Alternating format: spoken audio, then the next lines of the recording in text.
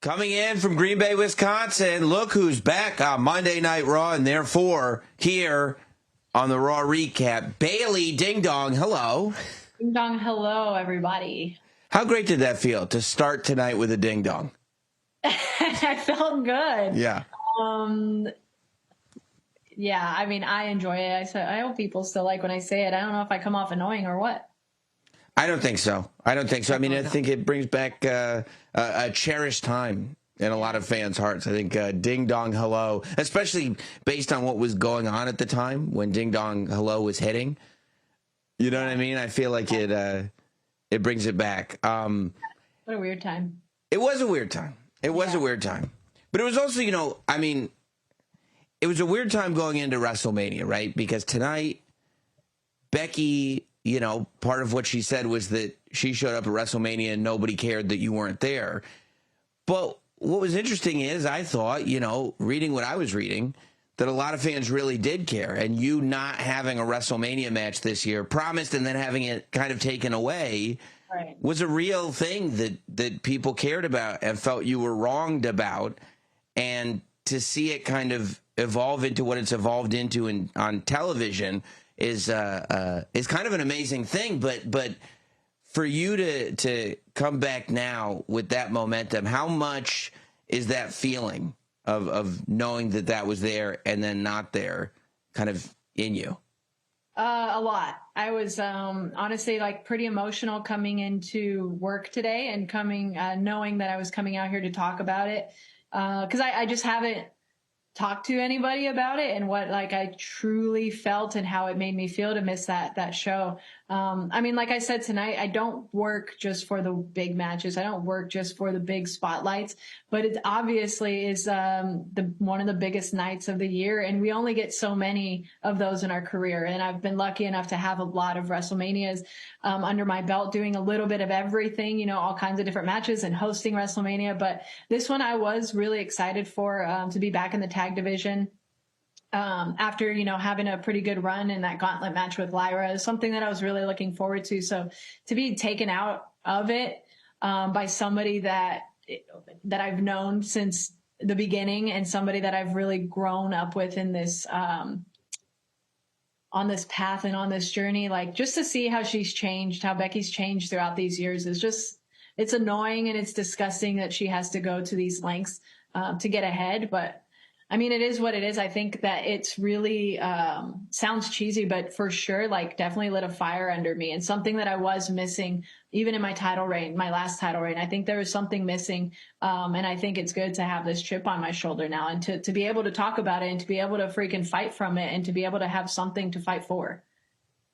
Yeah. I think it's really, really, insanely interesting when you look at the four horsewomen. As somebody who was there watching the four of you kind of craft what we know as this division, in my opinion, and to see all four of you evolve so completely differently to the point that you would think, right, that all these years later there would be something that would join you guys back together. There would be some kind of a reunion feel, but instead it feels like later on, this thing that was once all about sort of the unity of building something has been kind of defined by this friction. And the fact that the first thing Becky says when she comes back is yeah, I've hated Bayley for a long time. Are these grudges that have kind of existed and been, I don't know, bubbling under the surface for years? Or is this something that comes with success? Or how does this happen? I think it's a little bit of everything. And man, it's a very, I feel it's a little complicated. It's a very sisterly family type situation when it comes to the four of us. And if I'm being quite honest, I've never really been close to Becky, where it's I've never rode to shows together with her, and I've never been close to Charlotte. I've never, we never had that relationship of oh, let's go out to dinner after the show, which what I had with Sasha, it was different. So I can understand where this is coming from Becky, because it was never really there. I thought there was some type of unity there, though. I thought there was some type of, like, with the history and everything that we had gone through, all the training and all the matches that we've had together and everything that we fought for and stood for in such an important time in women's wrestling in the WWE, to come up and do this together to make change in the women's division. I thought that was a bond strong enough.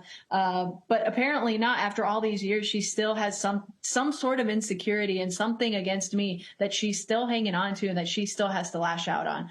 And you know what? That doesn't take away everything that we've done, though. It doesn't take away the changes and the growth that we've put towards the women's division. But that does make it a problem for her, because it's not something that I'm just going to sit back and take. And now she says I'm the nice one and I can play second fiddle and I'm okay with it, but I'm not anymore, Becky. I'm not okay with getting walked all over. I'm not okay with getting called trash and she took out the garbage and she thinks it's funny. I've been in this company for 12 years, 12 and a half years. I've been here 6 months longer than she even stepped foot in the performance center. So it's not a game to me. And I'm not somebody that you can just call trash and think it's okay. I'm not going to let it sit like that. What made you coming back now? Like, what makes now feel like the right time to do it?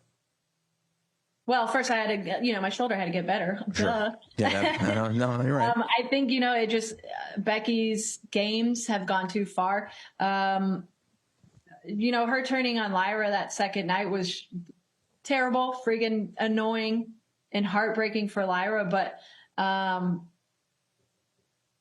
kind of just had to sit back and see how everything played out. And to me, like, I know my issue is with Becky, but while this is going on, while her and Lyra are, going back and forth, there's really nothing that I can do. And I just had to, strike when the time was right. And that's when she's her happiest as the new women's Intercontinental champion. And that's exactly why I decided to come back that night. Well, Bayley, when I think about your career, I think about how aggressive that you've always been. I mean, back when you cashed in on Charlotte in 2019, you went on, a 500-day plus reign, and you were so aggressive. When you started Damage Control, aggressive once again.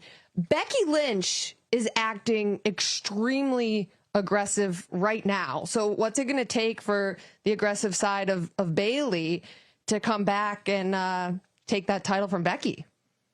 I always say, and I always think and prove that experience always plays the game in everything. And everything that Becky's saying and everything that she's claiming she feels and claiming that she doesn't care about the people or whatever.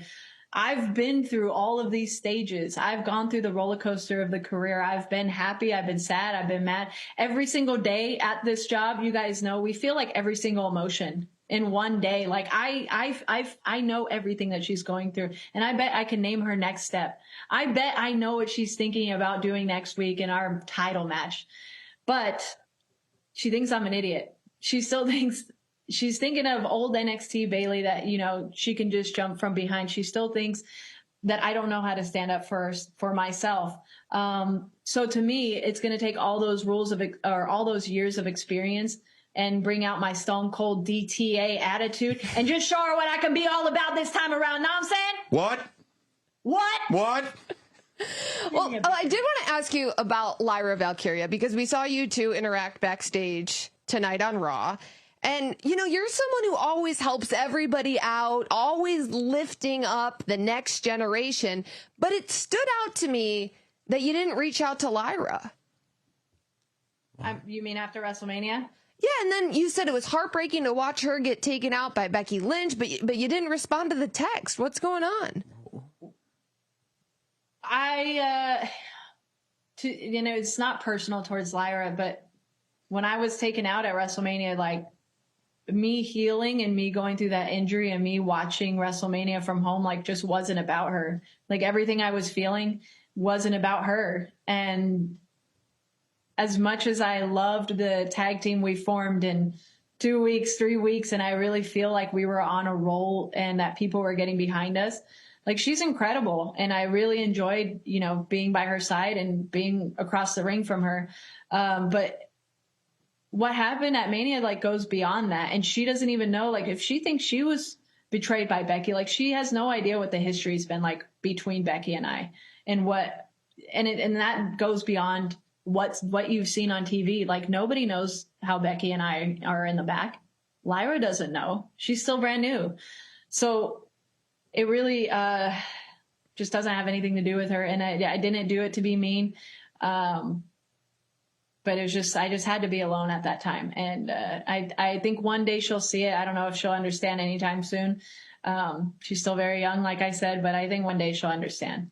Well, someone who did understand you tonight was actually Michael Cole. I don't know if you heard, but he said that Bayley was making a lot of sense tonight on Monday Night Raw. Wow, Michael Cole, you don't say. That little idiot finally said something nice about me, huh? Well, I know he missed me. He tries to pretend like he doesn't miss me, but he does. He texts me every single Tuesday saying, I wish you were there last night for the last 2 months.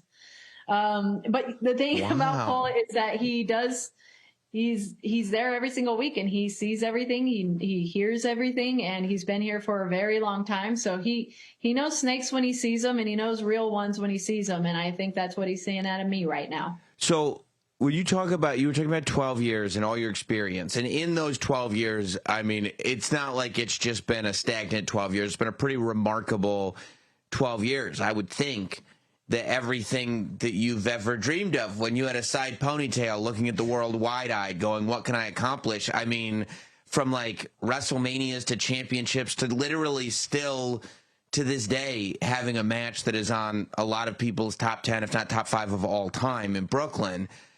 But I was watching, like, over the weekend, one of the big conversations in the sport of golf was Rory McIlroy, right? You're a big golf guy. Big golf guy. And Rory, the biggest golf guy.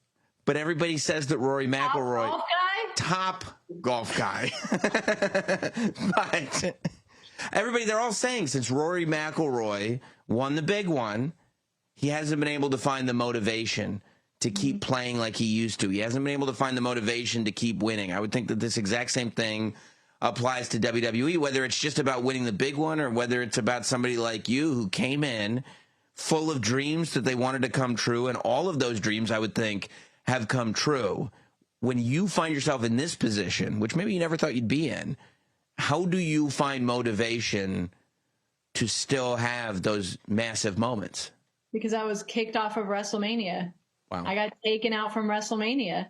There's always something, and I said this in my interview with Chris Van Vliet, since Becky wants to bring it up.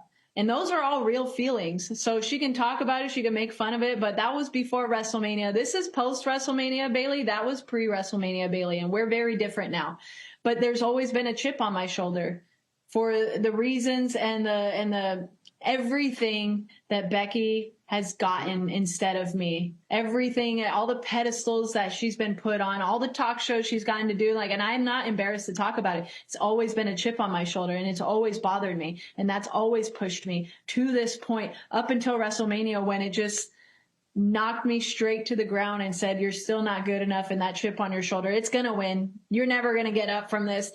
That is what is pushing me right now. I feel like there's chapters of it.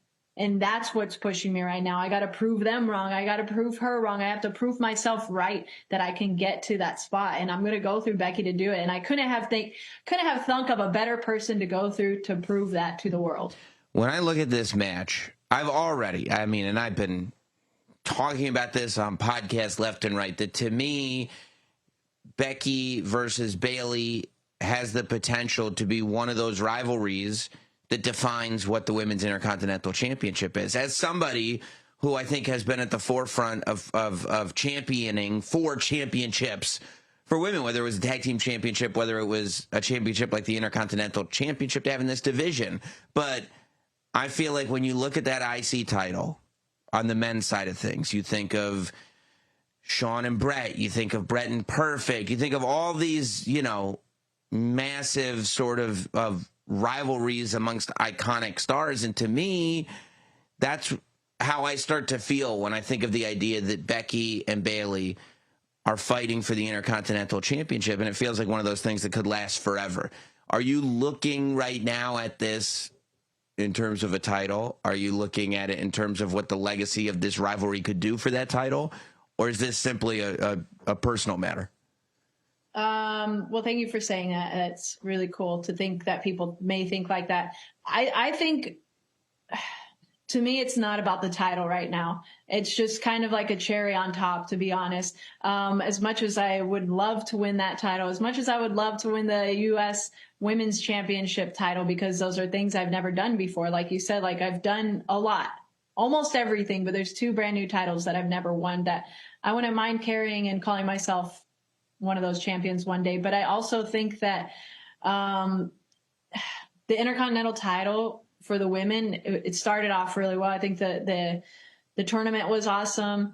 All the matches that Lyra had and defended, I think were freaking great. I think she was a perfect inaugural champion. And I think like the whole workhorse title really showcased in the women's division as well. I think it got off to a good start, but I do believe, you know, for Becky and I to bring our experience to that championship and get the eyes on it, it's only going to make everybody in the division hungrier to get that title. And that's what it's all about. And that's really like bringing in the tag titles. Like that was always the goal, was to bring more eyes on more women in the division, make the women more hungry and want something bigger and better and more for themselves. And I think that's what this is going to do. And if a match between Becky and I can, you know, even level it up just a little bit, then that's what I want to do.